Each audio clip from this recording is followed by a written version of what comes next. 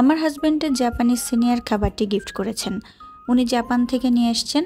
উনি যখনই জাপান ওর দেশের বাইরে যান আমাদের জন্য অনেক মজার মজার খাবার নিয়ে আসেন। খাবারটির নাম হচ্ছে গোল্ডেন কারি।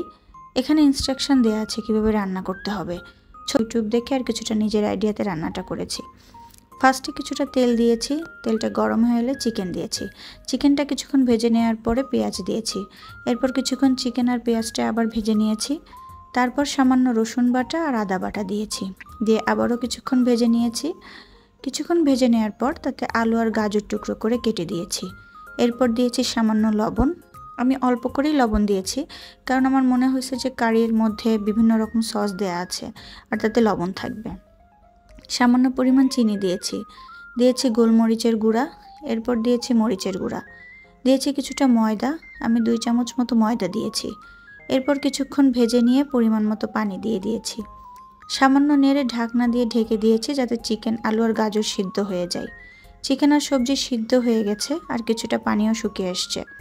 এখন গোল্ডেন কারি অ্যাড করব। গোল্ডেন কারি এরকম কিউব আকারে থাকে। একটা প্যাকেটে 8টা কিউব ছিল। যেহেতু আমি পুরাটা রান্না করেছি তাই আমি সবগুলা কিউব এক এক করে দিয়ে দিয়েছি। কিউবগুলো মেল্ট হয়ে কারিটা ঠিক হয়ে যাবে। And this is the final look. আমি উপরে কিছুটা কাঁচামরিচ কুচি করে দিয়েছি।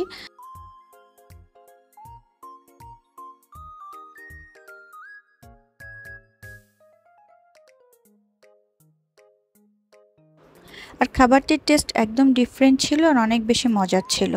সো এই ছিল আজকের ভিডিওতে। দেখা হবে নেক্সট কোনো ভিডিওতে। সবাই ভালো থাকবেন। আল্লাহ হাফেজ।